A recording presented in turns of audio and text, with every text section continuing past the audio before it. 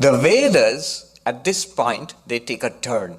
The second part of the Vedas starts, what we call the Vedanta. And it starts with a story.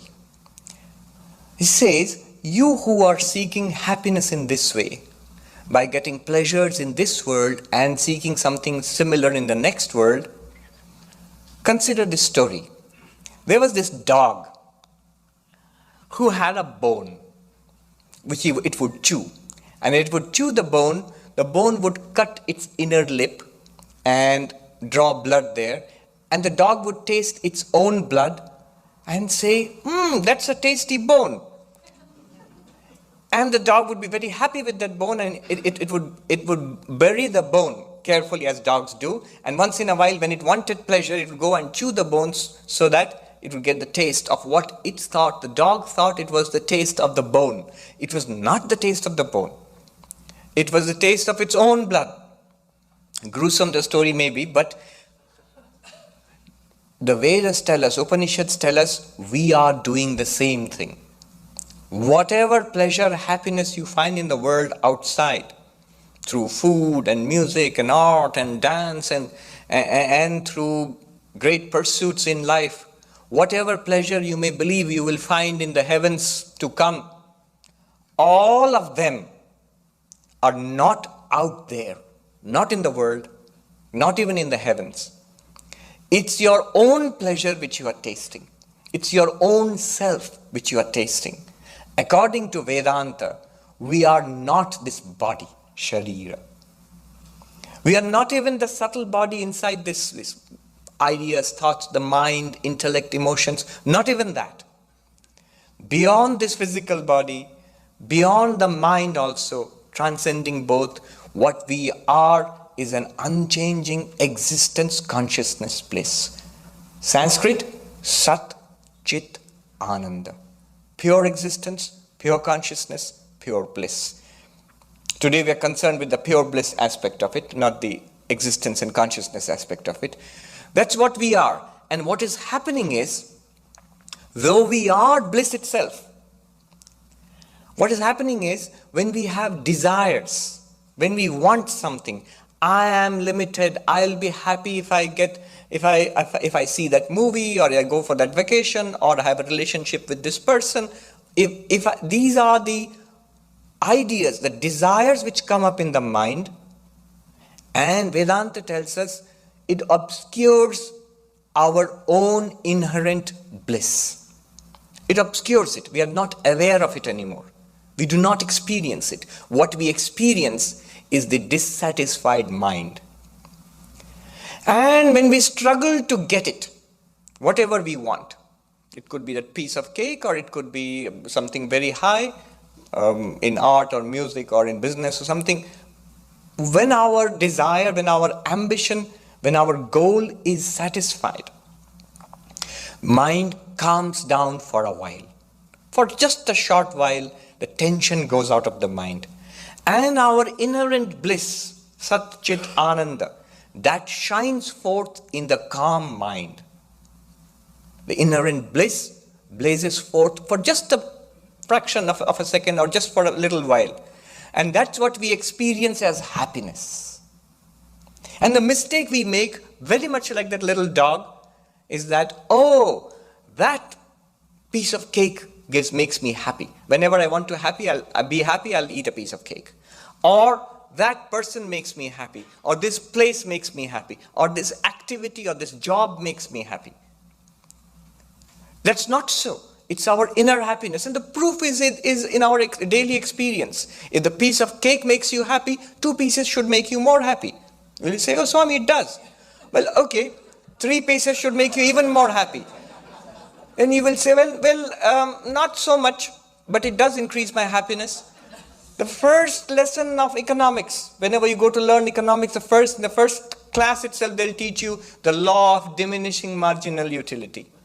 You get happiness from consumption of something you like, more happiness if you consume more, and more happiness if you consume even more, but each time you consume a little more, you get smaller and smaller increments of happiness. The utility The marginal utility, the addition to your total happiness which you get becomes smaller and smaller and smaller. It diminishes. The law of diminishing marginal utility. And thousands of years ago, Vedanta tells us that's what happens to us. Just look at your own experience. If those things give us happiness, then each time you have that, you should get equal happiness. More you have, more happiness you should get. No. When somebody gives you the 5th piece of cake or forces the 10th piece of cake on you, you want to run away, you want to throw up. How is it that the same thing can give you happiness and the same thing cannot give you happiness? Because that thing is not giving you happiness. What is the happiness is shining forth from within us. Well, you'll say, all right, let the happiness shine forth from within us, but at least I need the cake to make it shine forth from within me. So ultimately, I do need the cake. I do need the things outside. But at this point, a smart person will think, wait a minute. If happiness is within me, if what I'm seeking throughout my life is within me all the time, and it is obscured only by my restless mind, by my turbulent mind, by the desires in my mind. Wouldn't it be a smarter way to be happy if I just calm down my mind and let go of those desires? Instead of struggling in the world outside to satisfy those desires, and if I do get satisfied finally, all the result I get is mind calms down.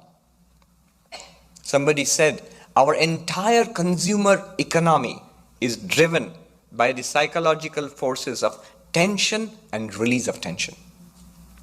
You build up a tension, a desire by advertisement or whatever, and you get it, a release of tension. And that release of tension is happiness. That's how we are accustomed to getting happiness from the world outside. But imagine if I could let go, if it's possible to let go of those desires, to settle the mind down in a serene mind, in a calm mind, would I not be happy? If this Vedantic theory is right, can I put it to the test? And Vedanta says you should. That's a smart way of doing it. If you are convinced about Vedanta, that you are not the body and mind, not subject to the limitations of flesh or the flickering mind, but an unchanging, immortal consciousness, a spirit beyond body and mind. In that case, calming the mind down, letting go of desires would be a much wiser way of enjoying the happiness which is your own property. It belongs to you. It is you yourself. And the proof of the pudding is in the eating. I'll share something. One of the ways in which I was encouraged I was inspired to become a monk is, I saw this monastery near our house, and I saw these people wearing this funny orange dress. They didn't have a car like my dad, didn't have a job like my dad, didn't have a family like my mom and dad, and didn't even have a host of relatives. They couldn't go out to the hotel to eat whenever they liked, or they couldn't order takeout whenever they liked. They didn't go on vacations. They mostly meditated and helped other people. And what struck me was, they were the happiest people I'd ever seen. How it struck me, I was a school kid at that time. How is it possible that all the things that my parents were trying to get in life, and succeeding to in some extent and not succeeding to in other cases, but that was life for them. All these things, these people were not pursuing, and they were happy.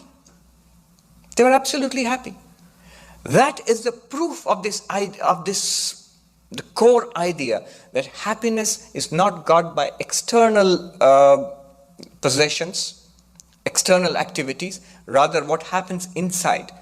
The happiness is your own nature which shines out if you can settle the mind down.